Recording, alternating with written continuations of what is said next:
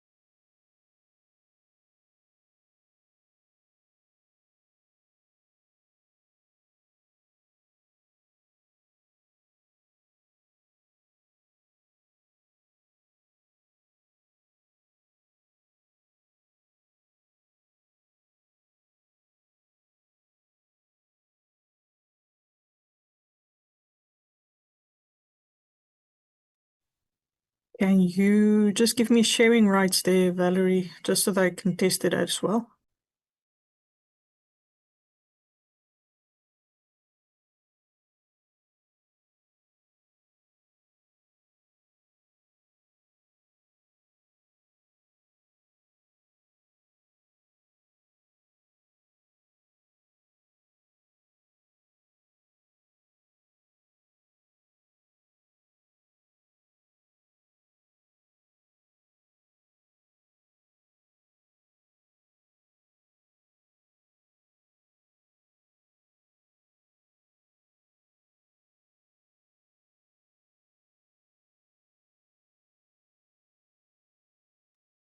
Thank you.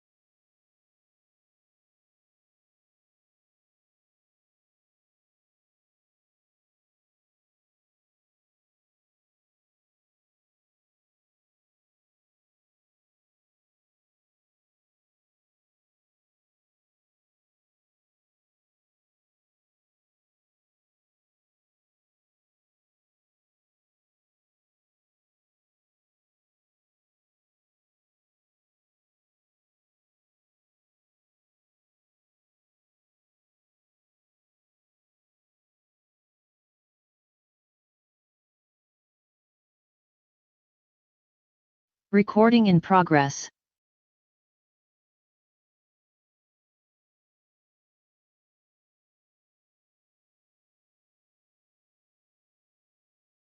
Honorable van Staden, how are you? Fine, you, Chairperson. Good, my brother. Nice. No Uh, complaints.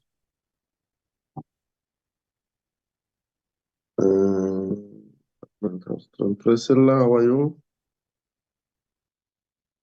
Well, Chairperson, thank you. How are you? Good. Alma, how are you? Morning, Chair. I'm well. Good. Valerie, are you good? I'm well. Good morning, Chair. Good. Mbakazi, unjani?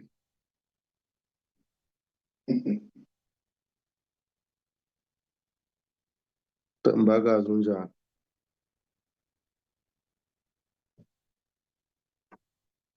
And Sorry, Philly, Chair Engels. I was muted. nami ngiyaphila. Ninjani bathu baka-streaming team?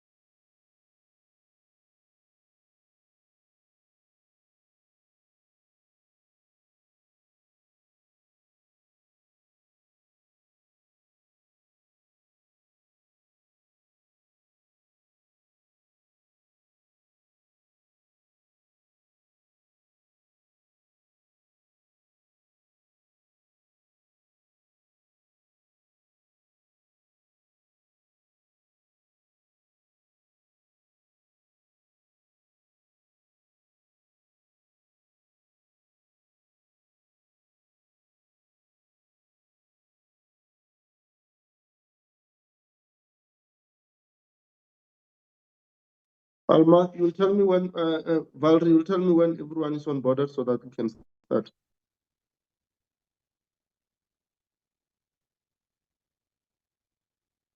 Valerie?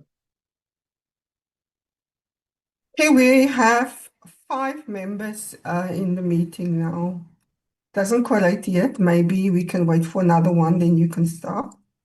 Okay. I'm not sure, Chair, if this will assist. Men Kombani, Honorable Kombani, she's on labor. They are doing their or oversight visit somewhere. She's not going to be able to join, but she sent me an apology. Thank you. Okay, I don't know how we will work on quorum. Montana, where's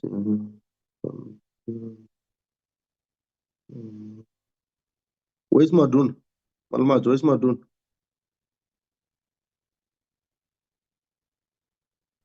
I'm not sure that I was not aware that it's not here. Let me give me a call. Montana, where's It's Quebec? our last born. Let me give him a call. Mukoni, where's Quebec?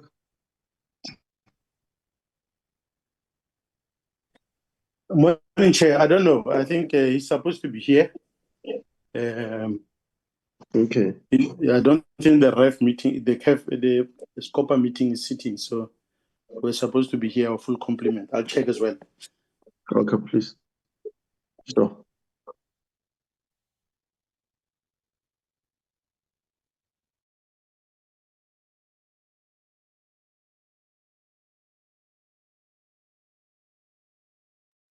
Madonna is joining now.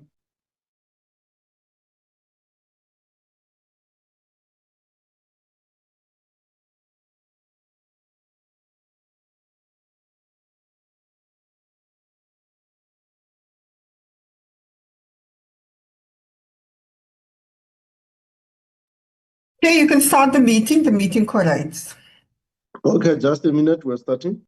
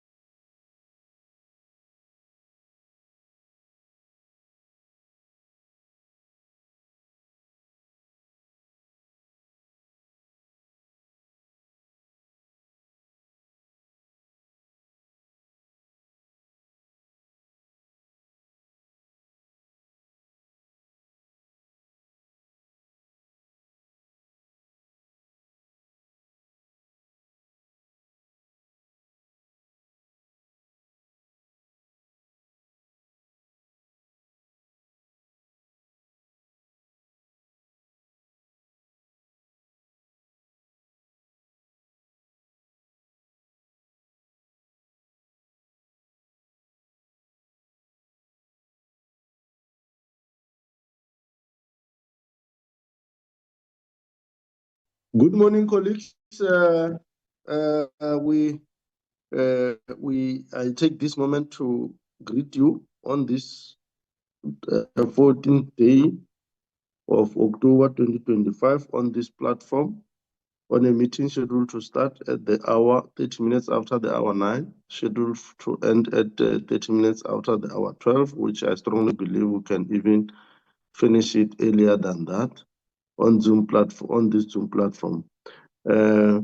You have a program there. I'm told we are coordinating now. We can be ready to deal with the business of the day.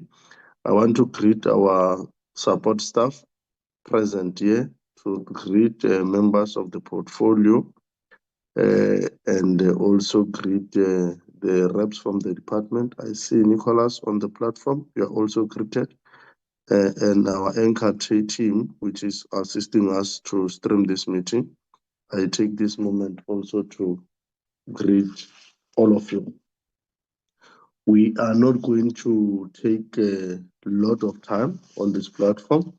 We are going to go to straight first. Agenda is as outlined. We'll have apologies. Alma will take us through that, apology and roll call. We'll then have presentation.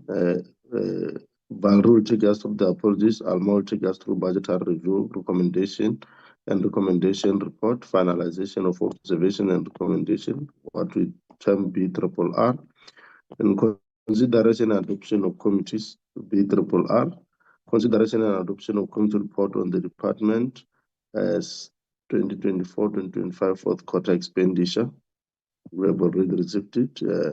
And then consideration and adoption of minutes of the previous meeting proceedings. That's why I strongly believe that most of the things would have dealt almost with everything in depth. Is just to go through the reports now, and strongly believe that in a space of an hour to an hour 30 minutes, we can be able to dispose with the meeting. But this is not to limit members from expressing themselves on all the issues they may want to raise. Thanks very much. Valerie, if you can take us through the roll call, and apologies. Good morning. Apologies were received from Dr. Hunsinger for this week.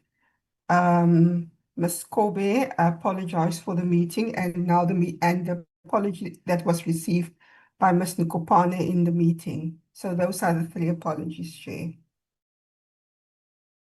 Apologies noted, and noted for record. If without wasting time, I can then take a second item. BRRR, finalization of observation and recommendation.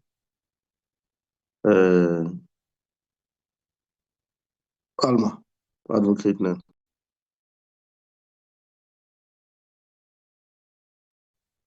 Morning, Chairperson and members. Members will see on the screen there, we've got the BRRR report that was sent over the weekend. We didn't receive any responses via email to this. So I'm going very quickly through this. We've got the normal introduction that we do that just indicates when we met and which entities did not submit their annual reports by today. That's SAA and Road Accident Fund. Then the mandate of the committee is the same as it always is, as well as the purpose of the BRRR. And we just indicate the change there to the medium-term development plan, because that came in with this year that was under review. And we also just highlight these bold points are those ones that the department has targeted for that year under review. The methodology just indicates what our how we met with the entities when we met. It lists the entities that we did not meet, but we did consider their information. It indicates that we did get the report on the DLCA from the department, and we did not this year get any reports from the South African Search and Rescue Organization, SASAR, or the NSRI. They normally send a report that is more like a state of safety report than financials, but we did not get that this year for some reason. Again, just noting there that there was reasons provided for the late tabling or the failure to table on time for SA and RAF. We indicate the supporting documents that fed into this specific plan, this report. The mandate of the department is as was captured in the APP. And we list their programs. That would then have been the last year that they had the 7 programs. From the current year 25-26, we have 8 programs that they will be running on. The strategic overview, members would have also seen this in our APP and APP presentation, but we also have this table here which links the department's priorities, their focus areas with the MTSF pillars, which was applicable at the time. They did report this in their annual reports, in the APP, sorry. SONA had the one main focus area for that year, and that's reviving rail.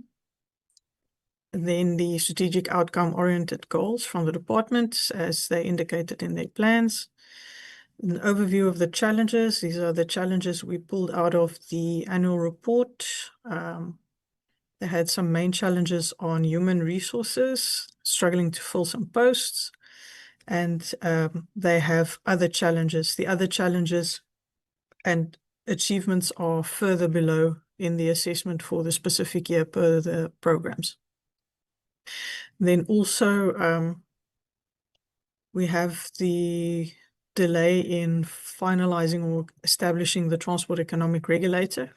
We do know this is linked also to the processing of our committee amendment bill.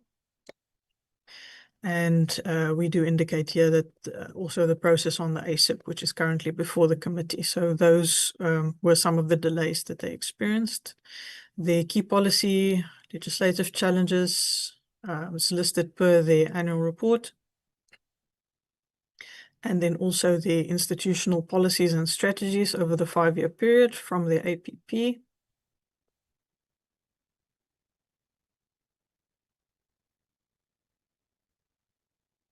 The legislative challenges, we just highlight the bills that were applicable during that year under review and where they are in the process. So we give a bit of a overview whether the president signed it or whether it's still before the committee for finalization. The achievements, these are some of the achievements that the department lists in their annual report that we added in there.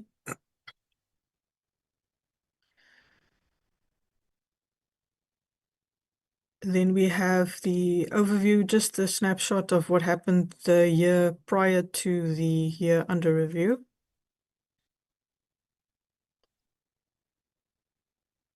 And then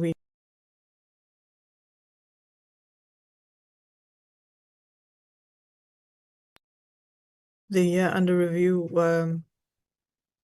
this is the financials. And then we get the narrative that's linked to each of the programs, just to indicate their spending per program and what the reasons may have been for underspending or overspending or environments and movements of the funds.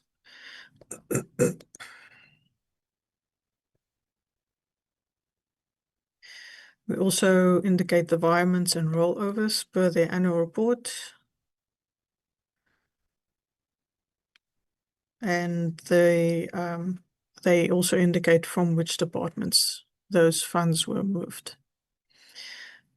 The 3.4 is just an overview of the unauthorized, fruitless, wasteful, and irregular expenditure. The department did not incur any unauthorized expenditure during the period under review, which was good.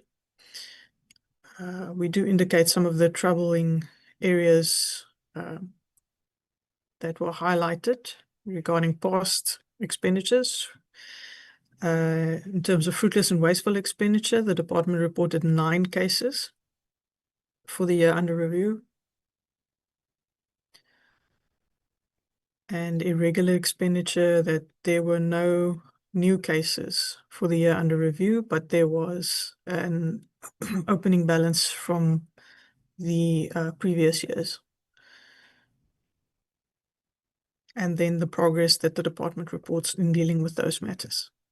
The measures that were put in place to prevent or detect irregular expenditure, these were quite similar to the previous year, except for the addition of the probity audits conducted for bids above 3 million. That is a new addition. That is why we just indicate in the table last year's measures and the ones that they indicated in the annual report for this year.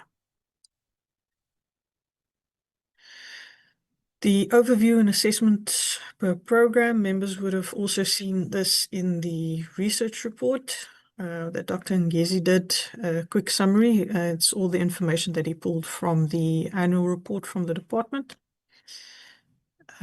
Just a general overview is the 81.5% that they achieved in terms of their targets, and 53 out of the 65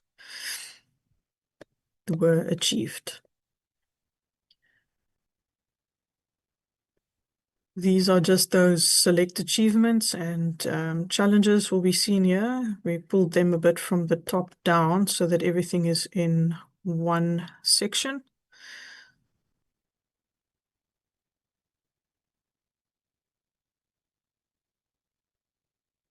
And these are the challenges that they pulled out, some of the delays that they've experienced, legislation that's not finalized or submitted yet per their targets.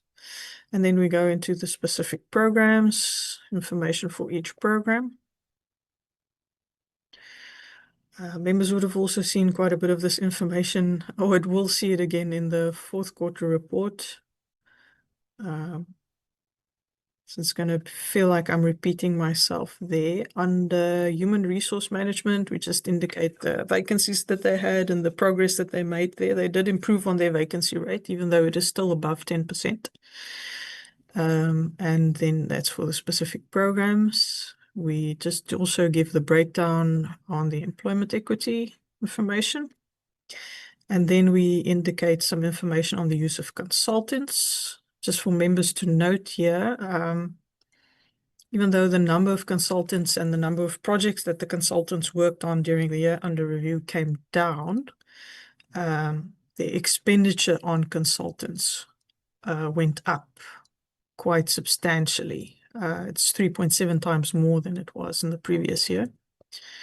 Most of the projects run over 4 calendar years. So quite a few of the 44 consultants that they listed last year is repeated again for this year. And we just list the projects that they use the consultants on or for. They do not give an indication whether or not there was a transfer of skills so that they can stop relying on the consultants. Members would have seen that in the observations and recommendations. Responses to the summary of the 2024 reporting requests. Last year, the department did well in providing a table to show how they responded. This year, they did not. In this year's responses, they really only indicated responses for 2 dates during the year under review. Even though they did not indicate it in their annual report, they did provide some information at the beginning of the year in a response to the speaker's letter to them to respond to the BRRR input. In our opinion or our assessment, there's still a few areas that they did not comply with or that they weren't responding to, but we saw in the most recent quarterly presentation, they are improving on their presentations to the committee.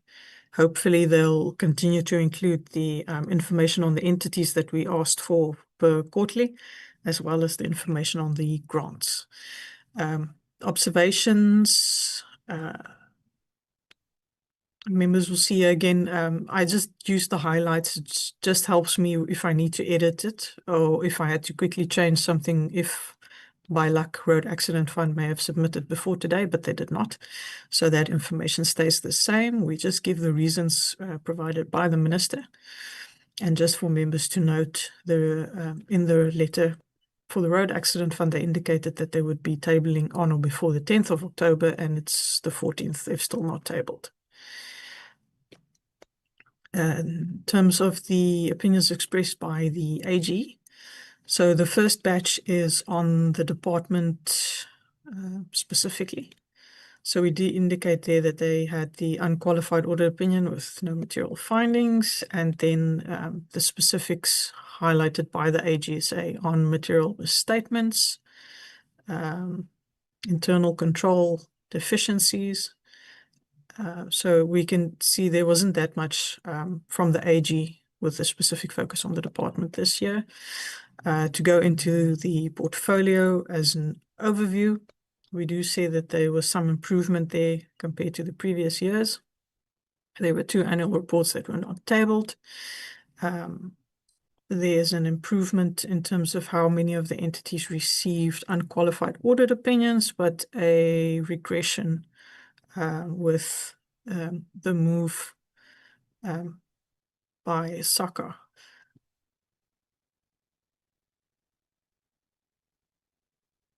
I'm just not seeing, let me just see.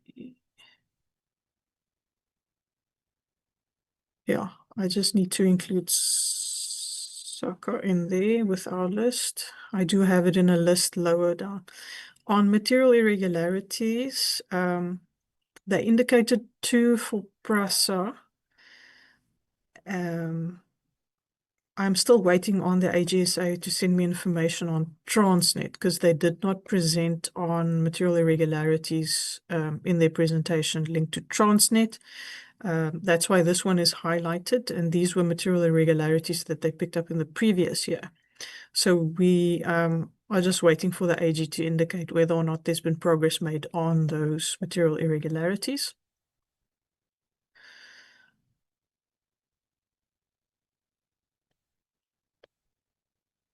Then on the quality of the financial statements, there were some key observations from the AG's presentation that we pulled out. So it indicates the problem areas that they've picked up or where they're praising entities for improved annual financial statements.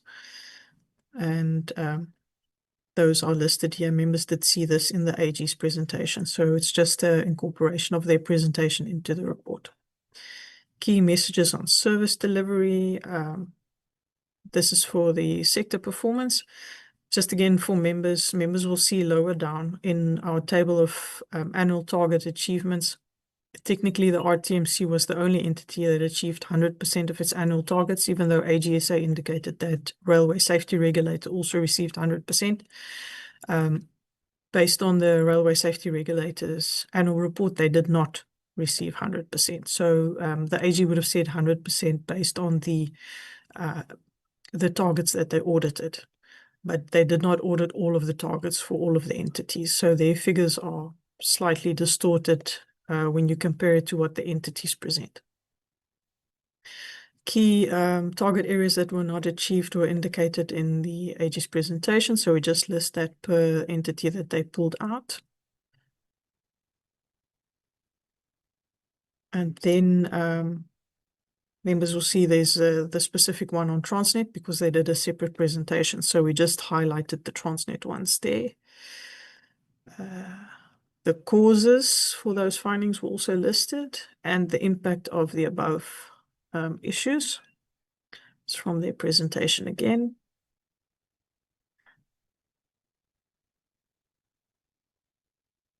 Transnet, we saw overall unchanged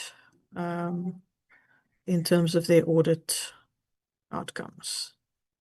The root causes and recommendations, pulled that also from their presentation. So we indicate the root causes as identified per entity. On RAF, members will see here, excuse me, I'm just going to highlight this one. I pulled the information on RAF from the presentation that was made to the Scopo RAF inquiry by the AGSA on the 8th of October. They did this a day after they presented to us. Also just for members to note that based on that presentation, RAF's audit opinion was the same as last year. So I did include some information here, even though we do not have the tabled information for RAF. The AG's presentation is publicly available information at this point in time. So that is why I incorporated in there. Then Transnet's ones we pulled specifically also from that second presentation that they made. Key recommendations to the accounting officers. This is from the presentation that they made for the overall entity. And then I also pulled the recommendations they made for RAF from the presentation to Scopa. In terms of Transnet, this one is highlighted because the AGSA did not give us that information in their presentation. They just gave the recommendations to the committee. So this one I'm also still waiting on the AGSA to give me information on. These were the ones that they indicated last year that I've just listed in the document. The same for the recommendations, commitments by the executive authority, but I believe this one would have been the same for all the entities, regardless whether it's indicated in the AG's presentation or not. The reflections on previous recommendations, this was done for all of their presentations. So we pulled that there from the, that's for the portfolio. Then we have Transnet. And again, the portfolio and Transnet. So it was the previous years and then what they did to address those. The recommendations to the committee is further down below in terms of the recommendations made by the committee, because the committee normally adopts the recommendations that the AGSA makes as part of the committee's recommendations. The irregular, unauthorized, fruitless and wasteful expenditure, this was taken also from the slides. So we say what the reasons were identified by the AG for this expenditure, and then we pull out the specifics to indicate who the top contributors were and what the totals were for the specific year or the carryover information that was provided by the AGSA.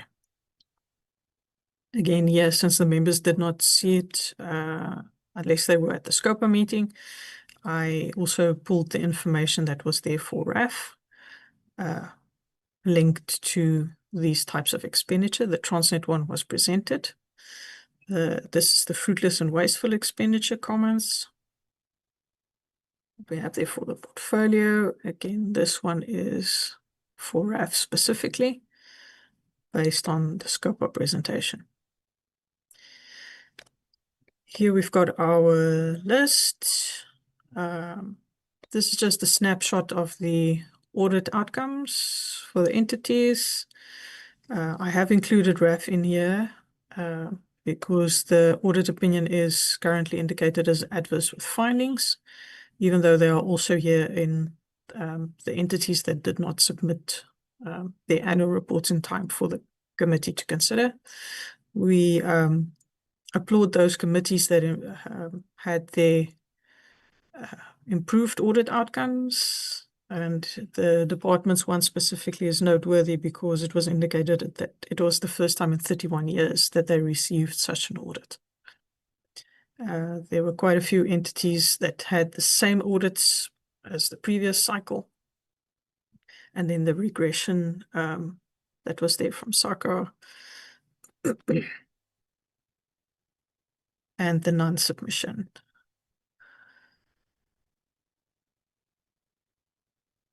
So this is the table that deals with the performance percentages, and we indicate where there was improvements or where the department or the entity regressed in the previous year's performance. I did pick up on the RAF one, the percentage indicated by the AG in the presentation to SCOPA was incorrect when you compare it to the presentation that they did last year. In SCOPA, they said they received 85% last year and this year, but last year they actually achieved 91% of their targets, not 85%.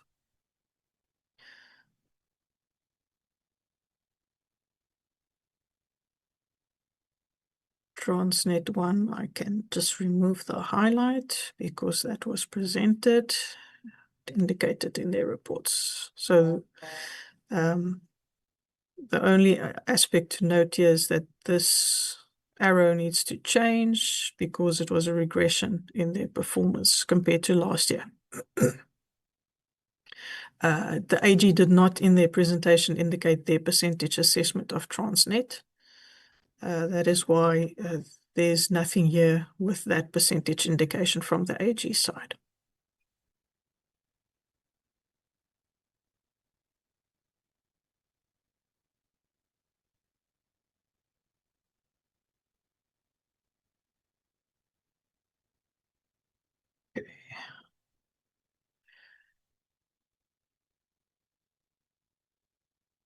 So members would have seen that the top areas or reasons for the failure to prevent unauthorized, irregular, fruitless, and wasteful expenditure is the same story as previous years: lack of consequence management, non-compliance with legislation and regulations when it comes to procurement and contract management, as well as material misstatements to financial statements submitted. This, because there was quite a few repeat findings, members would have seen quite a few of the recommendations and observations linked to the entities are the same as it was last year. This is that section on the reliance on consultants. We're just indicating here that the committee remains of the view that the department should work towards refraining from the use of consultants.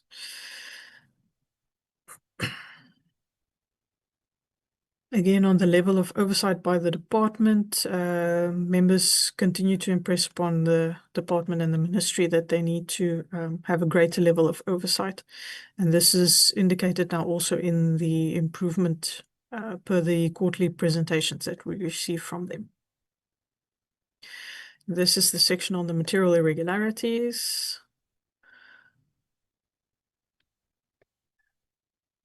Then this is just a note that their targets should be linked to actual tangible service delivery. Members made those comments again in the engagements. The same for the grant funding, that the money should be followed and that we should see value for money in terms of the grant expenditure, and the department should be able to verify the third-party information that they report on. This is the concerns around SCM for irregular expenditures indicated by the members. I've included the continued training because this was in majority of the past BRRRs. It continues, since SCM continues to be a concern, we still need to implore and make sure that they advance the training for SCM. The quick finalization of investigations is also in there. We see quite a bit of delay in finalization of investigations. Some of the SIU investigations as well are dragging for quite a few years. With Road Accident Fund, there are situations where some of the staff have been on suspension for over 4 years. So those matters and investigations need to be finalized. That way that the entities can also remove past irregular expenditure off of their books. Preferential procurement regulations, again, links us back to SCM, and then the 30-day invoice payment requirements. The observations that we pulled for the committees, members will see in general it follows the same pattern as the previous year. So we'll have the audit outcome, the targets achieved, whether or not they were one of the large contributors to irregular expenditure. And AXA was, again, this year one of the large contributors. And then we indicate some information on their financials, revenue, expenditure, losses that they may have made, and then also some of their challenges or achievements. So it follows the same pattern as we did in the previous years.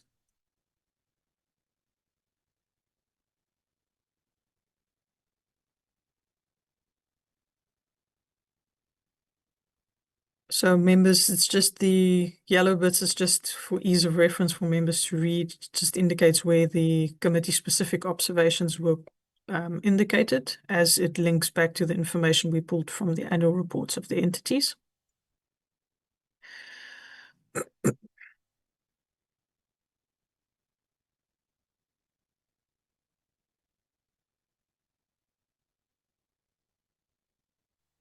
Just on this last one, I don't know if members would like to keep this one in on AXA, because the minority shareholder issue did not come up this year during the discussions with the AGSA, even though we didn't see AXA specifically. So we'll get back to that one when members gives us some input. I'm just going to highlight this one in red so that we can just come back on that one. SACCO's seen some regression in terms of their targets and their audit outcomes for the year under review. They did indicate some irregular expenditure there, and the investigation is underway. Same as with AXA, we take a snapshot of some of their financials, some of their achievements. This one, the general aviation incidents, we did not get a presentation from SACCO on this. This was from last year, But when you consider the media reports, there were quite a few general aviation incidents that occurred again during the year. So this should likely still be a concern. This again is how we link incidents and issues to SAPs and the other entities that may need to assist. We did see in the year, as per our oversight, jet fuel issues, though the specific issue around the contamination was not necessarily brought up during this year, but we did have jet fuel shortages and aircraft and flight incident issues. Then for transformation targets and really changing the face of aviation, this education drive of them is still important. And the calibration aircraft issue, we've not been able to get some information from them on that. I did not see anything on that in their annual report in terms of them acquiring or purchasing their own one based on the committee's observations and recommendations from previous years. Ports regulator, we indicate their performance. Some of the delays that they've experienced there also linked to the Transport Economic Regulators establishment. We do indicate their income that they've been able to receive. That's outline of their capacity constraints based on the staff complement, which is half of what it should be. But again, we do know that movement there will be very slow as they're supposed to service the nucleus for the economic regulator. CBRTA, again, achievements, some of the delays that they've experienced there.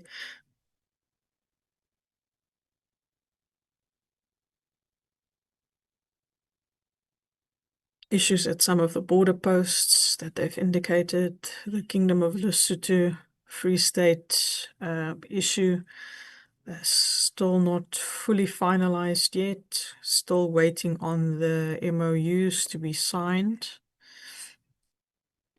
This is the income information, transformation information, and BBBE information. And their work within Africa. They still use the cross-easy system, as the committee indicated last year in the visit there to them. And then still, because the South Africa Kingdom of Lesotho impasse issue is from our legacy reports, we still need them to note this. And this will have to be verified once we do get a meeting with CBRTA on their progress. Road Accident Fund, again, the information in here is pulled from the presentation from the AGSA to SCOPA, because we do not have RAF's annual report. They did, during the engagement with the committee, or at least with the chairperson, indicate, and in SCOPA, that RAF is still using Ipsos 42, which is one of the reasons why they're having the audit outcome that they get, that they receive the qualified audit outcome.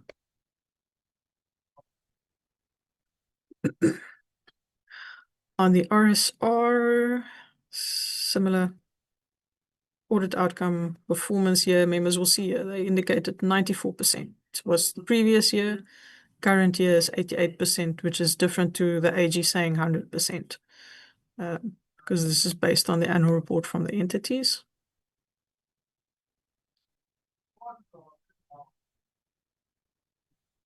Don't know why this gap is in here. Then Sunroll, again, audit outcome findings. We do note in the year under review, the e-toll issue should be a thing of the past now for Sunroll's books. And then that's the paragraph on all the irregular expenditure that they incurred. some of their road projects. PRASA, again, the audit outcome and the performance. The restoration of some of their critical lines. The income generation information. This one, I just wanted to also check with members. Given the numbers that they were able to present and the challenges that they presented to the committee on bringing all the lines and all the trains back online to get the passenger numbers that they want, members will recall that they set themselves the target of 1 billion by 2030. And last year, the committee was of the view that they may need to reconsider that target to rather resemble the figures of pre-2020. So I'll find out from members if we need to keep that observation in there, or if we need to remove that based on their performance for this year. Just to indicate that in the year under review, they molded two of their subsidiaries together, the mainline passenger services and Autopax. So instead of having three subsidiaries, they now only have two, because Intersight is still there, the section that deals with their properties.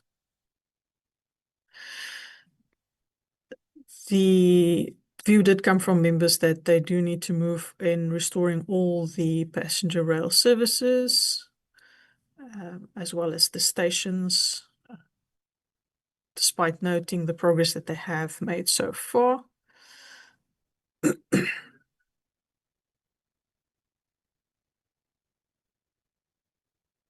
And then again, just reference here to the material irregularities that were indicated above for PRASA specifically and the progress made thereon.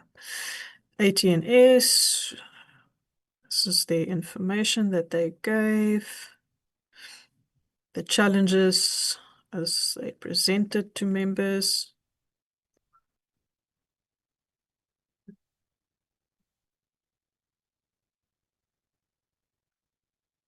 They had a decline in their profits.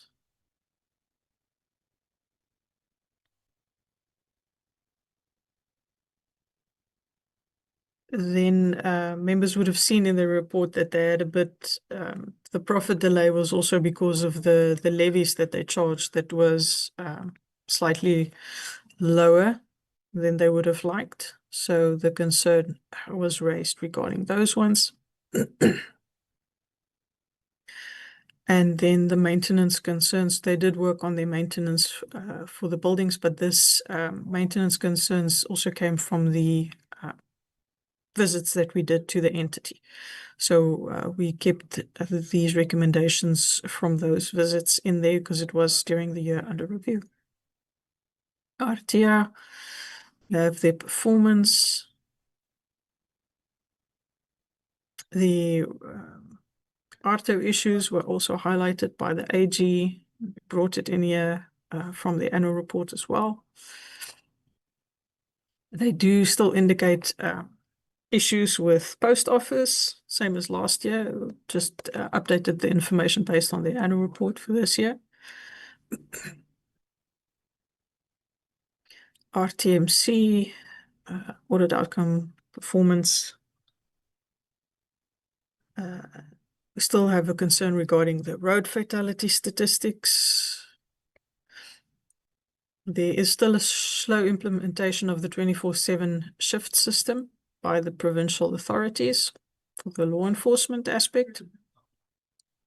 We saw that in the presentation that RTMC did to the committee recently. This is just some of their financial information, their regular expenditure that they incurred, fruitless and wasteful expenditure as well. Then we get to DLCA. They improved in their audit, improved in their targets. They doubled their performance at least based on their targets. We do indicate here the move to bring in Department of Home Affairs and Government Printing Works to assist in the printing, some of the cards.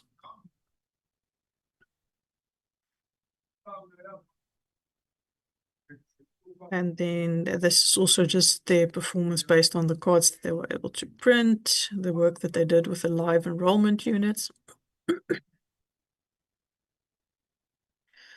Again, the surplus that they declared is linked to the procurement of the new machine, but we know that is held up by that review.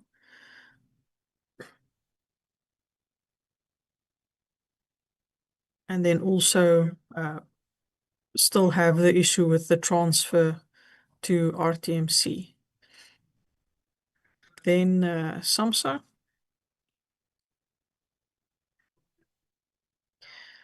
Just noting that at the time of reporting, the vacancy of the CEO post that was vacant since 2016 was filled in September 2025, even though we didn't get a presentation from that. That's information available on the internet. Just some information there. They did have they did work to do proactive responses to cybersecurity incidents because SAMSA has had quite a few cyber attacks in the past. And some of their work have been impacted by cyber attacks on systems that affect the ports as well. Information on the work that they did for the surveys. Even though we did not get the report from Search and Rescue or National NSRI, I pulled some of the information from SAMSA's annual report on the responses that they had to do during the year. Marine pollution and prevention, I also added it in here because they report on it, and it also links back to the bill that is before the committee.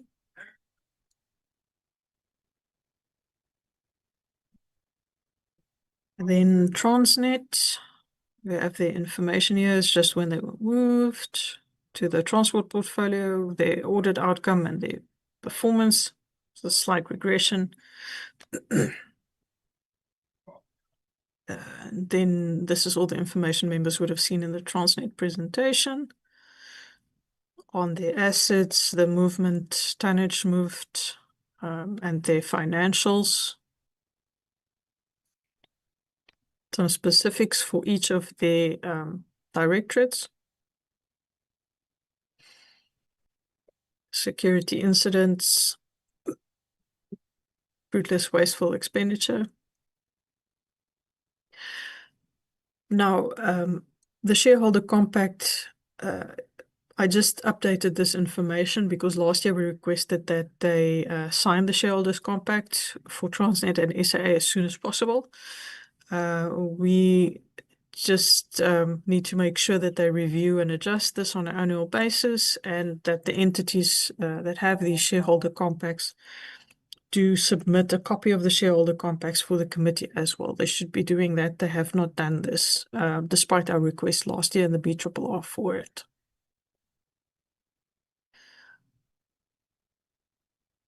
And then SAA, they did not table their annual report, but we do give some information on SAA based on the presentation by the AGSA on the previous year's audit outcome, which was tabled,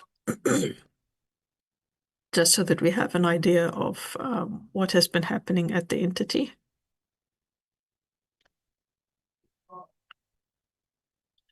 Then the recommendations, 8.1.1 members would have seen this is from the budget vote report. So these ones were already in a report. We're not changing these ones. Committee's already ATC'd that report.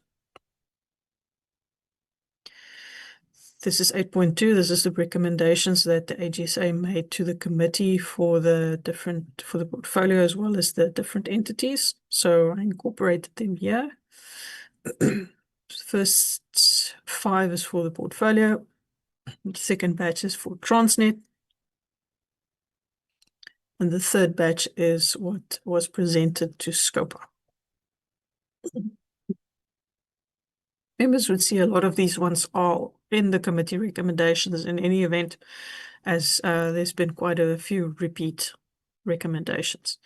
8.3 is the full batch of recommendations proposed for the committee. Again, members would have seen these last year. Members would have seen it in our quarterly reports, recommendations during the year. So quite a few of these have been repeat ones. The prevention of irregular, fruitless, wasteful expenditure, 831.4. Again, I added the full list on reference to the PFMA because we saw quite a few of the entities reporting that where staff leaves, it's difficult for them to discipline them or finalize disciplinary steps. But there are other steps that they can take, both criminal and civil, to get the money back from those staff members. Record keeping, still an issue. Loss control committee divisions, those had to be in there. And then the checking and verification of third-party information. Compliance with the PFMA issues, since SEM is still a concern, came up quite a few times during the discussions from members. So those recommendations are repeat as well from last year. The reports on a quarterly basis regarding the grants is in here again. Again, just a recommendation for the environments and rollovers. And the in alternative investment attraction plan to make better use of triple Ps and promotion of PSP. Members will recall this was from last year as well. Non-compliance and lack of tabling is indicated there for the two entities. These annual reports should be tabled as soon as possible. And members will see, no, it's 4 or 5 years since the COVID impact, but we do still see reporting on that and impact of that on the industries. I would like to see us moving away from the references to COVID, at least from next year onwards, because by then we'll see that most of the entities, the plans that they put in place during COVID would have come in so that they get to either COVID numbers or just the pre-COVID numbers, I mean. So we do need a plan by January 26, by the end of January 2026, just for them to indicate how they're improving and making sure that the financial health keeps improving. The use of consultants, that's that recommendation that's brought in there. Revised tax recap program. We asked for the quarterly reports again here because we don't always get them. They did not include it in their quarterly presentation to the committee. So the suggestion is to keep that in there. Sustainable development goals still in here. The 5-year strategic plans and APPs to be submitted to the AG for proactive reviews. We do this so that they can make sure that their targets are measurable. We saw that again with Sunroll being a concern there. Even though based on the information that they supplied, they overperformed. The AG did have some concerns there in the initial information that was presented to them. Then the internal audit committees was an addition that came out of the engagement this year. A real strong focus there that if the entities do not have them, they should have them. If they do have them, that their functions should be improved. And then just added again the shareholder compacts request here to make sure that those are tabled, signed and tabled and submitted to the committee by the end of January. Specific recommendations for the entities.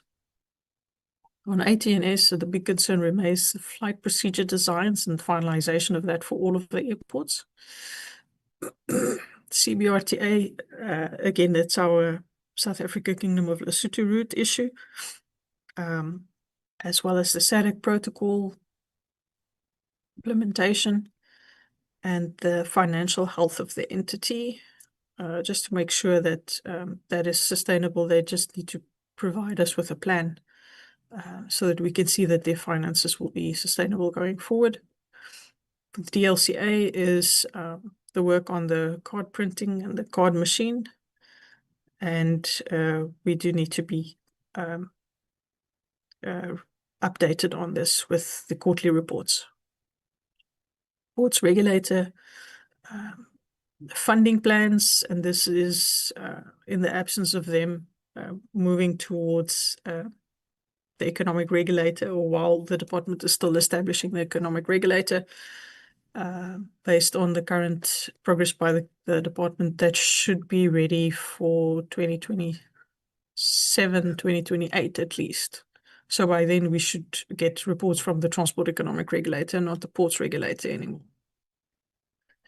For RAF, again, it's just work on funding plans to ensure financial sustainability, and the department to support them in discharging their mandate. And then the legal dispute with the AGSA, the papers are still at the Constitutional Court based on the presentation received by SCOPA. For Artia, it's just the work that they are doing on Arto to make sure that everybody can roll that out. RTMC, alternative revenue stream, members will recall this, that they indicated they submitted this to National Treasury because we didn't get a presentation from them. We just need to keep this in here to check and see what the progress is on this on a quarterly basis, as well as quarterly reports on the 24-hour law enforcement service. For SACA, it's the calibration aircraft issue. On Sunroll, financial sustainability of the entity again, to make sure that they can continue and to get those plans by the end of January. Quarterly reports on all roads transferred to the entity, and those that have flood damage, road repairs underway. And then also the new one I've added based on the discussion with the committee is they should report on the progress and participation of the new contractor development program. That is where they pull the smaller contractors with smaller gradings on to work for them. Transnet, again, just the monitoring of the performance of these entities, viable plan in place to service the growing debt obligations, came out in discussions with the committee. The corporatization of the MPA and the progress on that, and that we need to get quarterly progress reports on this. For SAA, the adoption of the annual report needs to be done timelessly. They need to submit the 24-25 annual report urgently, and they need to ensure that future ones are tabled on time. Again, if there are any policy changes, such as the sale or disposal of state-owned assets, to get a briefing from the minister on these. And yeah, those two are quite similar to last year's ones. General to all the entities, this is touching on the filling of vacant posts. We have quite a few of that for the entities. Compliance with PFMA and SCM issues. Action plans to address the AG's findings. And then whenever there are disputes on the accounting standards with the AGSA or the Accounting Standards Board, they need to address this as soon as possible, and we need to get a briefing on this by the end of January. This one on the recommendation for the Minister of Finance, you just have it in here. It was the same as last year. We can remove this if the committee would like, but it is whenever National Treasury receives alternative revenue source proposals that they make sure that the committee also receives reports on those issues. That links us back to RTMC's indication that they do submit these from time to time. Just a summary of the reporting requests.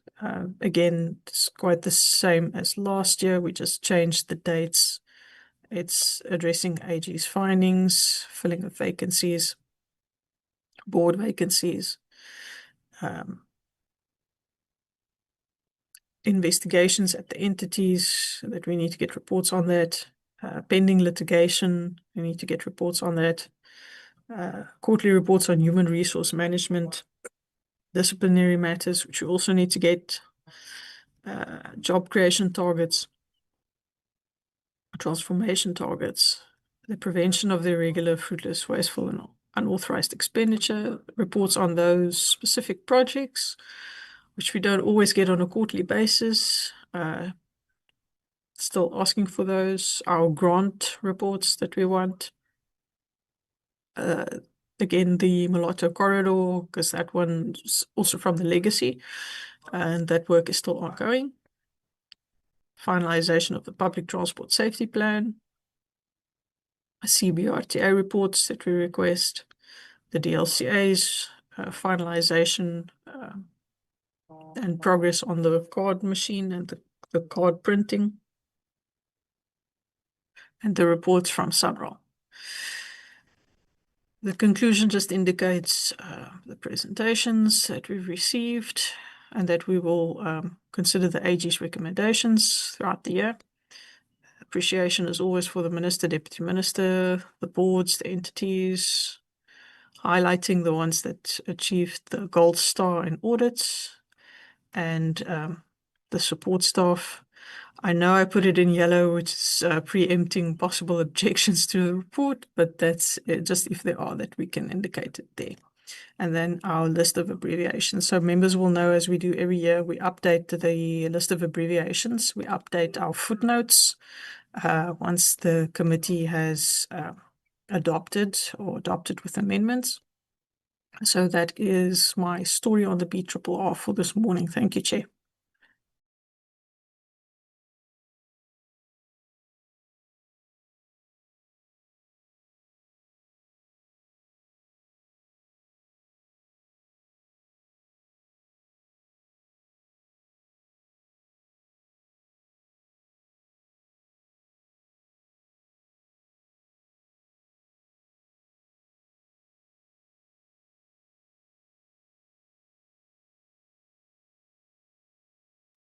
Hello, Chair. Alma? Okay. I thought it was only me. Okay. Yeah. Yes, Chair, we can hear you now. We can't hear you, can't see the screen.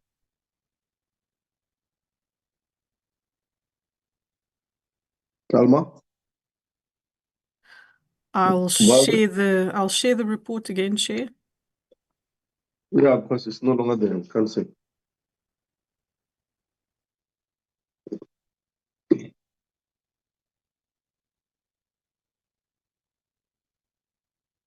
If you could go down.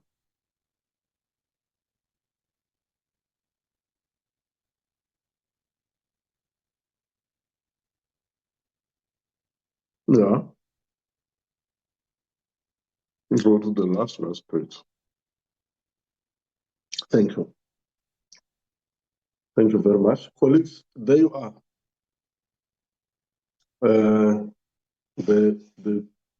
Our recommendation for BRRR is here before you. I want you to give quick comments. From that, we'll move forward.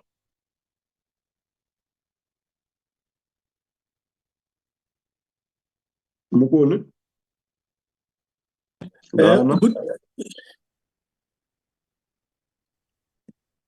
Yes. Is it for me, Chair? Yes, Mukone. Okay, thank you, Chair. Thanks very much, Chair, and good morning to colleagues and to the entire support staff. I just want to raise a few things, but let me let me once again commend Alma as well as the team for putting such a comprehensive report. I think that is a good quality report. Chair, I want to do two things. I've gone through the report. I just want to raise a few things that I think needs to be captured in the report or even amended. I think that there are just a few things. And then I just finally want to indicate what would be the MK's attitude on the report. Number one, Chair, what I think that needs to be captured. You remember, this report can't just be BRRRs, BRRRs can't just be a business as usual thing. We write and then we plead with the minister. It's very important, particularly if you look at the introduction in the report. We are referring to the money bills thing, because that's where the power of Parliament to amend and change things. So when we write these reports, we're not doing it because we are pleading to the minister or to the department to do things differently. In some instances, I think that it must be an intervention. And the biggest shortcoming in this report, I think that it doesn't deal with the Transnet matter in the way that we dealt with it in the last meeting. So there's a couple of issues, Chair, that is in respect of the equity injection to get Transnet to move. But I think that principle impacts on also quite a number of entities, especially SAA, even though we don't have the report there, the report now. So there's a number of things that I picked up that I think that our content advisor needs to review and change. The first one relates to the quarterly reports, particularly on public transport. I think that where she deals with the figures and passenger numbers and all of those things, I agree with all of that. But I think the point that we're making when we're discussing, particularly when we said we wanted the quarterly reports on the different grants and other things, we were trying to do two things. One, we wanted to see whether the numbers that they've set compared to the broader demand for public transport. So it's not just their figures alone, but we wanted to assess, are the current services that we are funding meeting public transport demand? That is a big issue that is a key issue for this committee. So I think that I want to suggest to Alma to capture that in a proper way. So I'm not saying must delete, but she must add that issue that we are trying to make a determination whether the current services do meet that. So that's the first point I wanted to make, Chair. The Repeat second yourself point there. Hold on. Okay, Repeat okay, yourself. We must make a determination that.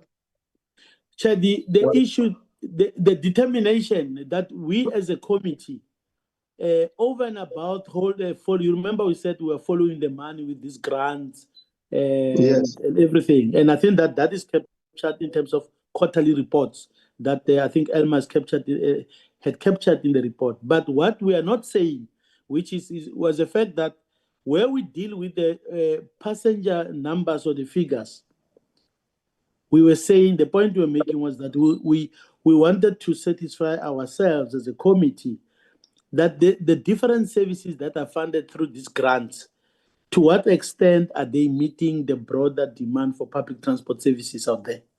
Okay, yeah. Cool. So it's not an end in itself that we want figures at the cost. We want to see what is the current, and that is why we said, even the DG said in response to that, we still have to continuously do what you call passenger demand studies and all of those things. Because we may have these grants and spending money, but the key thing for us is what government is spending money on in respect of public passenger services is meeting the demand out there. So I think that is one point that I wanted to make in there. I would have written it, but I think you saw I've been dealing with all my troubles out there, so I didn't have time to write this time. So that is one point, Chair, that I want to make. Okay, Can I thanks. proceed, Chair? Yeah, do you submit it to? The second issue is in respect of I think that should be in page 104 if I'm right, but on the ATNS.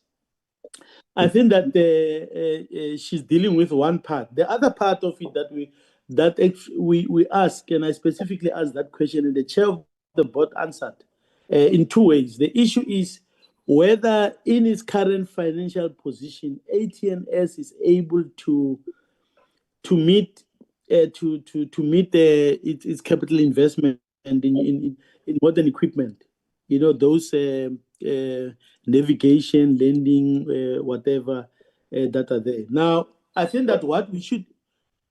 There's a sound I'm getting back, Chase. If you're saying stop, is it coming from you? No. Yeah, so I'm sorry. So that when I stop is because I'm hearing a sound. My apologies for that.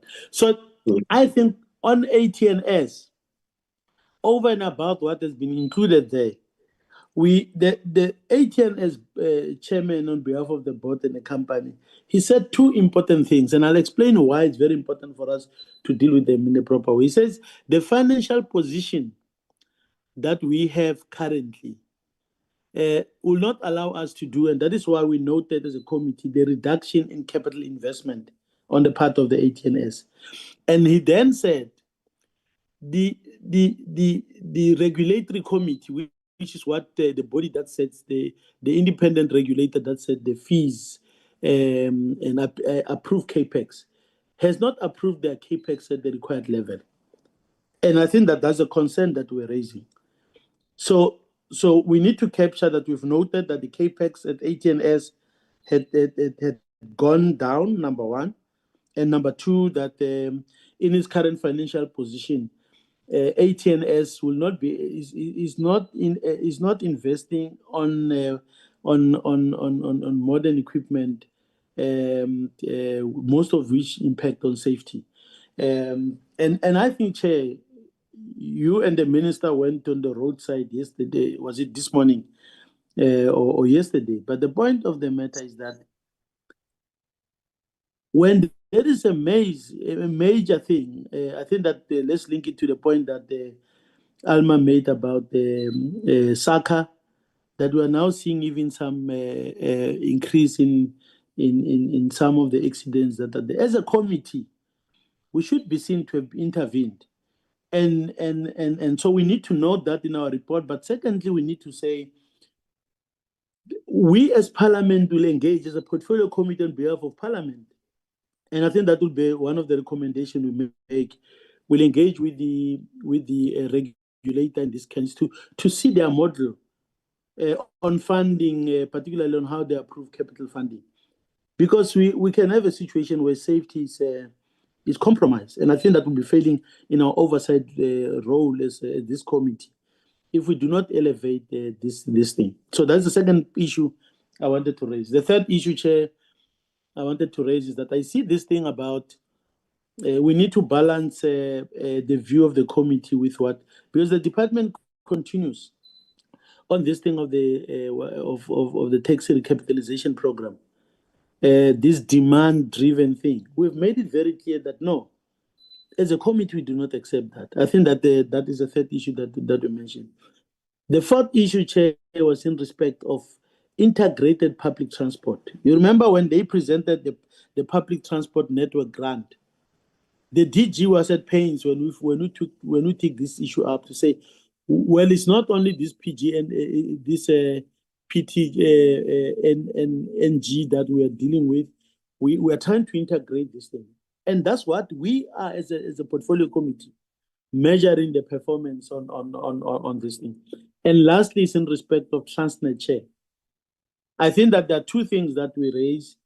The first one, the report correctly mentioned that the auditors have said that Transnet is only met 26% of its or 28%, whatever the right figure is, of its own targets.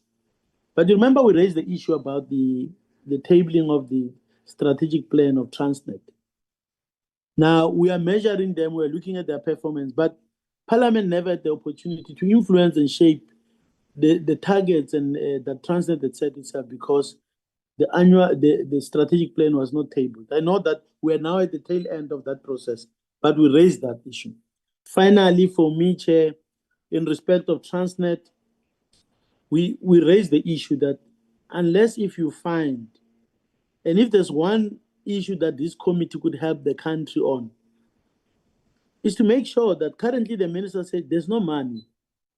But that's what the minister says. We as a committee, we should be influencing her in setting up the right priorities. And one of the major priorities now is to make sure that we recapitalize Transnet. I think Maduna captured it well in the meeting when it says it's what is it, you call it a Ponzi scheme, where you are given a grant, a guarantee. You then go to borrow, not to invest in new infrastructure, new capacity, but you in that Ponzi scheme you learn from go to someone to lend money, to borrow money, and then to pay. You borrow money to pay Paul. So you rob this one to pay that one. Now Transnet cannot come back next year, and I think that maybe we should indicate that the issue about the option that has been placed of an equity injection into Transnet is very critical. And the recommendation we make is that this committee will engage both the Minister of Transport as well as National Treasury in making sure that that is given priority. I mean, the amount we're given at the last meeting by the group CFO of Transnet is 62 billion rands. And that was last year. Probably now it's in the order of about 75 billion rands, as it were. So we can't say we are trying to to address the economy of the country. Logistics are a major problem. But this country cannot put between 70 and 100 billion rands to make sure that Transnet actually perform its role. So, Chair, having said all of that, would you allow me to just say in one word, what is our approach as a thing? Because we do not have a problem. I think that we won't object to the committee adopting this report because it's a true reflection of what happened. So that we're in agreement with. But I think that we'll reserve our position on some of, particularly on the policy direction, particularly which when the report is debated, we'll want to highlight, because we think that some of the underlying policy decisions taken by government are actually a major hamstrung. They are a major break on the kind of progress that we should be making. So I want to take that attitude, Chair, that we will agree that the report is adopted, but with the understanding from the committee that we reserve our right to raise the critical issues that we are picking up, particularly on the policy side of things that should be happening and that are not happening. So that is my contribution and my addition. Thank you. No, thanks very much. I think and thanks for that. That last intervention is very important.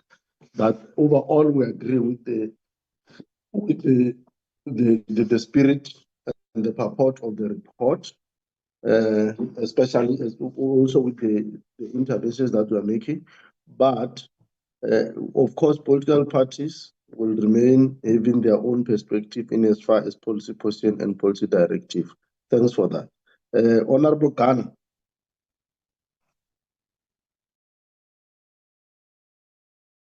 Thanks, Chair, and good morning. So, generally happy with the report. My just concern is with regard to the rough aspect of the report.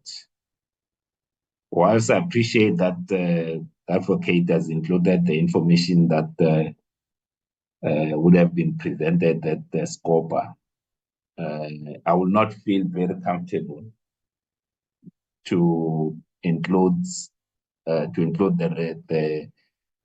that aspect of details that we have not fully engaged on, because if you take in terms of some of the issues that are raised, emanates from the conversation and discussions that we would have had. So the aspects that have not served before us, I think it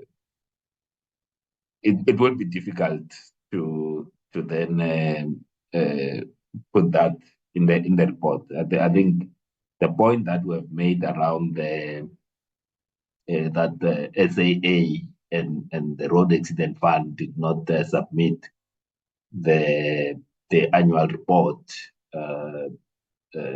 ought to suffice. But then if we say that they haven't submitted their report, and then we go on to then take on other inputs that were made in other forums, then it I think there's actually a greater value in us saying that we could not consider the the reports insofar as those two entities are concerned because of the late submissions, and we need to state that we haven't looked at. I think that's the thing that I wanted to kind of raise, and that as soon as those reports are ready, we will then engage them, and they will form part of the next round of the BRRR. So that's yeah. We can include aspects so far as up until the point that we had engaged with the entities, but let's not give reflections on the reports that we haven't interacted with. Thanks. Thanks for that, and I must appreciate your vigilance that you have been vigilant to identify that. We may have to rephrase that part, Alma. You'll have to look into how you rephrase it so that it does not reflect what has not served before us. As much as there's a SCOPA is a committee on its own, what was not reflected on, what was reflected on SCOPA but through us, I think Honorable Ghana is correct. Let's deal with what was reflected before us. Honorable Malmata. Well, thank you very much, Chair. I wanted to come exactly on when we deal with SAA and RAF, exactly how you sum it up. I don't think I need to add on that except to say you captured very well. I was to land on that particular point. However, it will be wrong of us if we don't appreciate the good work and improvement dating back 8 years ago, that there is improvement. As such, we need to support the department and the minister, led by the minister. I think our contribution on daily basis is not of negative, it's of a progress. That is why we see this result, and therefore, I think as the ANC, we will welcome this report. We are very much aware that parties might want to hint others and play their role of opposition, but however, we are very much touched that the very same other parties, they see it the positive way and they will be of the support. Thank you, Chair. I don't think I need to go beyond this. Thank you. Diabulela, Ubaba Malmata, Diabulela. Thanks very much. Is there any other speaker that I've not? I think we are done here. All in all, we are saying we are agreeing. We're all supporting the report, and we appreciate the work that we have done, Alma and the team, on this report, but also to appreciate you, honorable members. Honorable Malmata makes an important point that there is improvement in the department. We must appreciate that this improvement does not come from the sky. It comes from various interventions that you have been making as honorable members in as far as this department and its entities are concerned. The pressure, hard question, hard hitting, recommendations, and all these other interventions you have been making on this department is what resulted in this. But also the vigilance of our and the commitment of our support staff is what assists us to never lose the eye on the ball, and that is much appreciated. I think, can I move for the adoption of this BRRR report? Ghana? Honorable Ghana? With the amendments that we have made there. I will Yes. move. Thanks, Honorable Montana. I have it. Okay, thank you. Yeah, no, ka support, Chair. Thank you. Thank you very much. Thank you very much. I think, Alma, thanks very much. If I was in the hall, I would say we would clap hands for you guys. Thank you very much. If we can load another report, Valerie. Thank you, Chair. Just before I load the next report, I just want to be 100% sure on the entities that we want to highlight for the equity injection. Is it just Transnet and SAA, or are we just going to do a general statement to say that the entities that are in dire need of equity injection should be assisted by the Minister and National Treasury, Chair? Yes, make a general statement without qualifying it. But in our push, in our engagement with the department, we'll continue to be specific. For instance, as Honorable Montana is saying, mainly is Transnet, but you don't want to be seen to be isolating the other over the other. But at a point of a continuous engagement, we'll continue to highlight them one by one as we engage with the department. Thank you, Chair. I will Chair, do it. sorry, Alma. Chair, can I just add a small thing to what you just said? Yes. Because I think it's very important. You remember that most of the entities, particularly ATNS, AXA, we know those are not actually getting even any money. Transnet itself generally doesn't. Those are funded particularly because their fees are regulated. Their capex is also regulated. So I think that is very important to make that point. And the point I wanted to emphasize that this committee, even without necessarily interfering with independent regulators, it can engage with them to influence them to understand how they allocate the frameworks, the investment frameworks, so that when they give ATNS 3 instead of 12 or 8, we debate this thing when it comes to, let's say, ESCOM with NESA. But people forget that in our sector, we've got regulators that plays that kind of a role. And I think that we shouldn't lose sight of that. Most of these entities, their fees, the tariffs are set up by bodies. And we've got the power to call them to say, guide us, tell us how are you doing it? Why do you give 5 and not 8? So whereas with Transnet and SAA, of course, you've got a completely different thing. But I still support the point that you've made, Chair. Thank you. Thanks very much. Thanks very much, Muta. Next report, Valerie.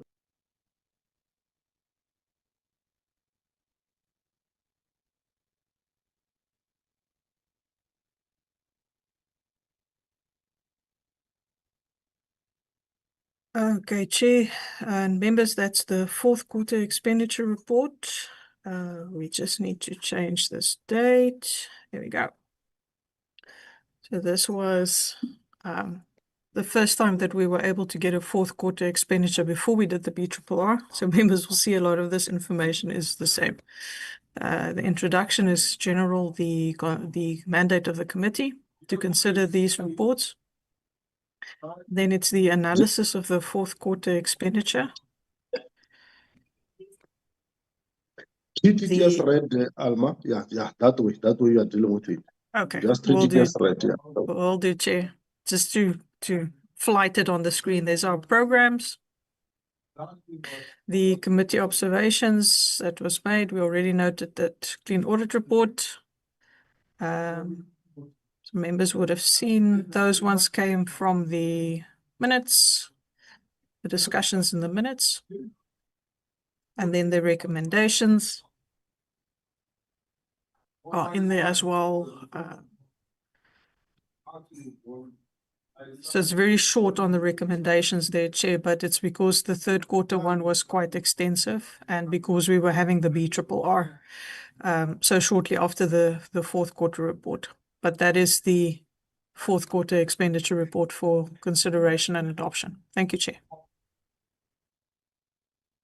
Thanks, Alma. Colleagues, I know you had this report. It's a product of your own thought and your own discussion. Is there anything that you want to raise here?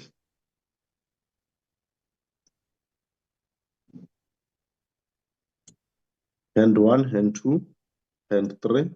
Can I get a mover? Honorable Malmacha? Thank you, Chair. I stand to move for the adoption of this report. Thanks very much. Honorable Blosser?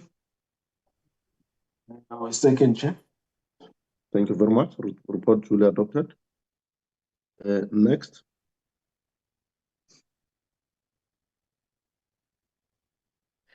Chair, just give me a moment while I'm juggling between the documents. The next ones are going to be minutes. Let me just get the first set of minutes. We are going to go back to the 16th of September. We had 2 meetings on that day, Chair. Let me see, this is the correct one. There we go.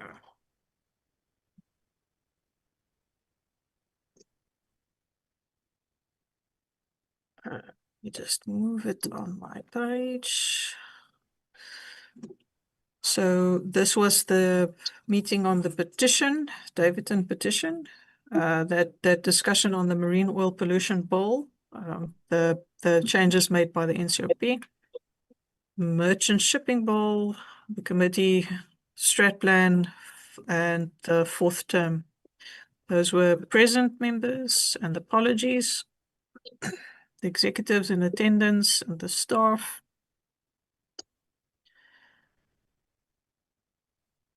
Since we had a joint meeting there with PC Police on the petition, we just indicate this was the comments by the members on the petition. You ask some questions of clarity. And then also some comments from the summary by the chair on the way forward. Then we have that discussion on the marine oil pollution bill.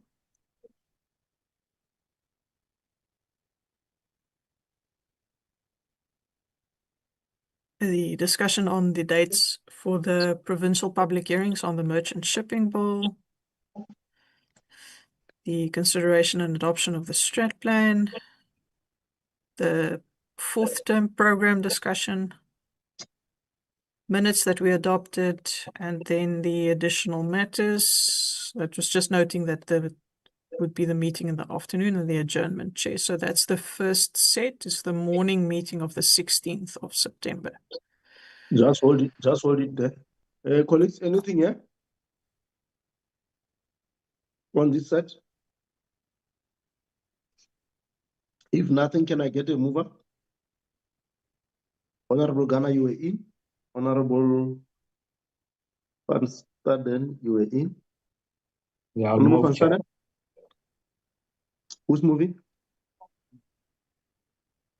Is it Ghana? It's me. Yes. Thanks, Honorable Ghana. Honorable Van Staden? Yeah, if I'm allowed, I will second, Chair. We must just make sure. Thank you very much. Second set?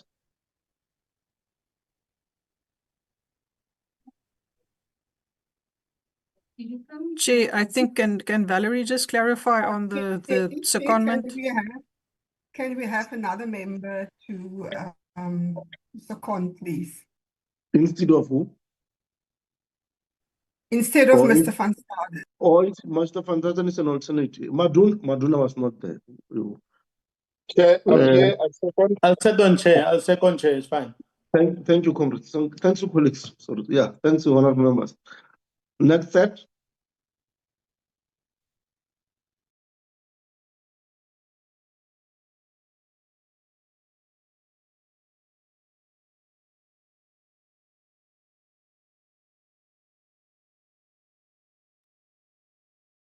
Thank you, Chair and members. This is the evening meeting on the ASIP board. This was the members present and the apologies. This was just a general briefing on the process that the department undertook for ASIP and an outline of the CVs that we received and the adjournment, Chair. Very short meeting, that one.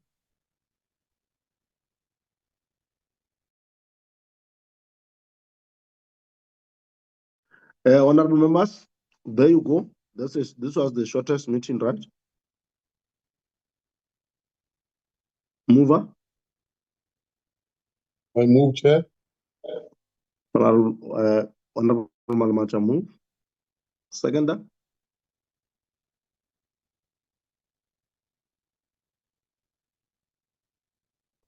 Second, Chair. seconder. Honorable Ghana, second. Thanks very much, Honorable Ghana. Set of minutes adopted. Next.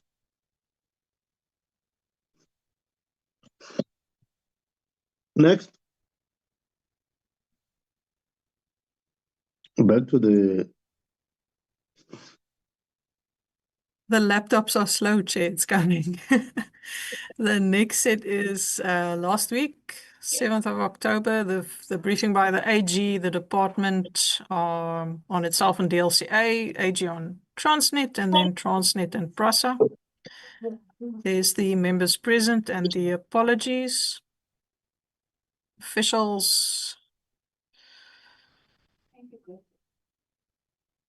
2 pages of officials there. The introduction.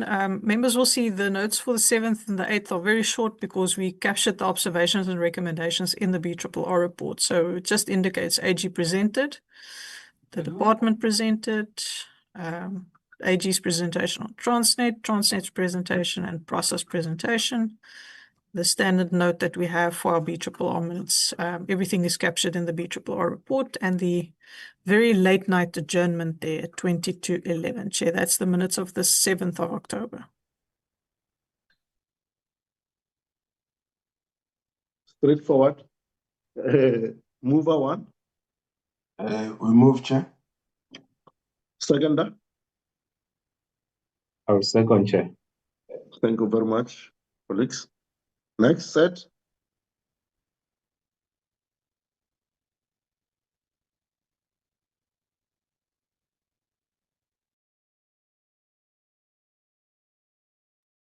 This is our last one, Chair. The 8th of October, the Wednesday meeting with ATNS and Sunroll. Those are members present. The apologies. The officials. Again, ATNS did their presentation. Sunroll did its presentation, and the observations and recommendations are captured in our BRRR. We did include this additional information that was requested to be in writing on the legal fees from Mr. Maduna, and then the closing remarks that were made there. Just how it will impact today's meetings, basically, Chair. So that was the additional discussion that was there. And the adjournment at 9:30. Thank you, Chair. Thank you, Alma. Mover one.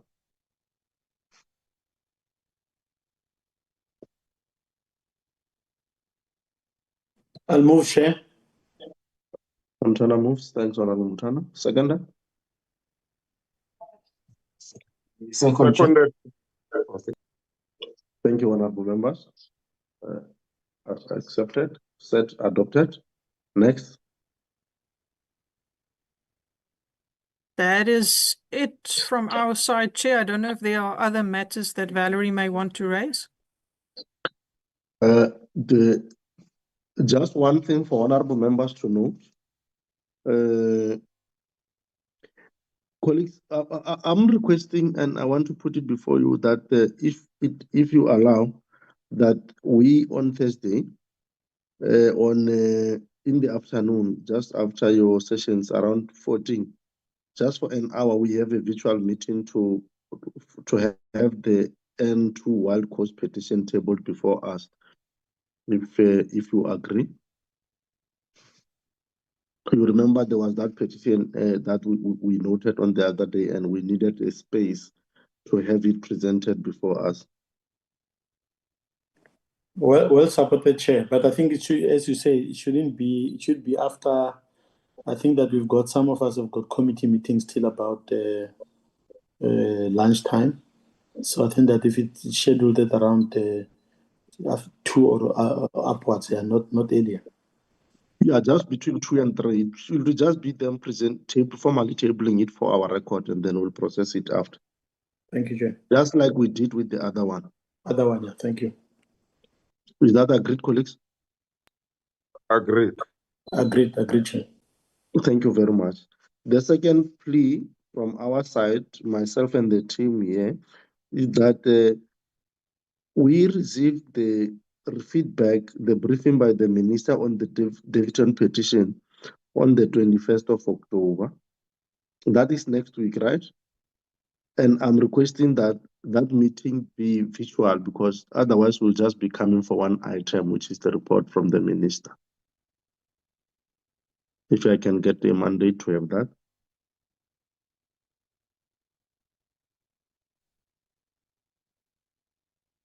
Colleagues, Yeah. we agree? Next week meeting, Chair, to be virtual. Yeah. Because it's just one item. Briefing by the minister on the dividend petition. No, I think. We have something on that agenda, but we just want to include this briefing by the minister on that item. But it's going to be a very short meeting. It's not a very long meeting. No, we support you, Chair. Okay. Thank you very much. So we'll have the meeting next week, Tuesday, being on a virtual platform. We'll do the necessary request for approval. Anything from your side, colleagues?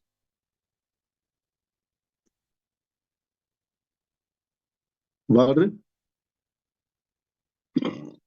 No, Chair, nothing. But I just want to add one thing. There are actually more than one agenda item, but they are not expected to be long for next week because the TEC statutory appointments also needs to be tabled formally. Yes. That's why I'm saying it's going to be a small agenda. We must include the briefing by the minister to it, but it will still be a short agenda anyway. So if we could propose that it be virtual and it's supported. Thanks very much. Is there any other matter?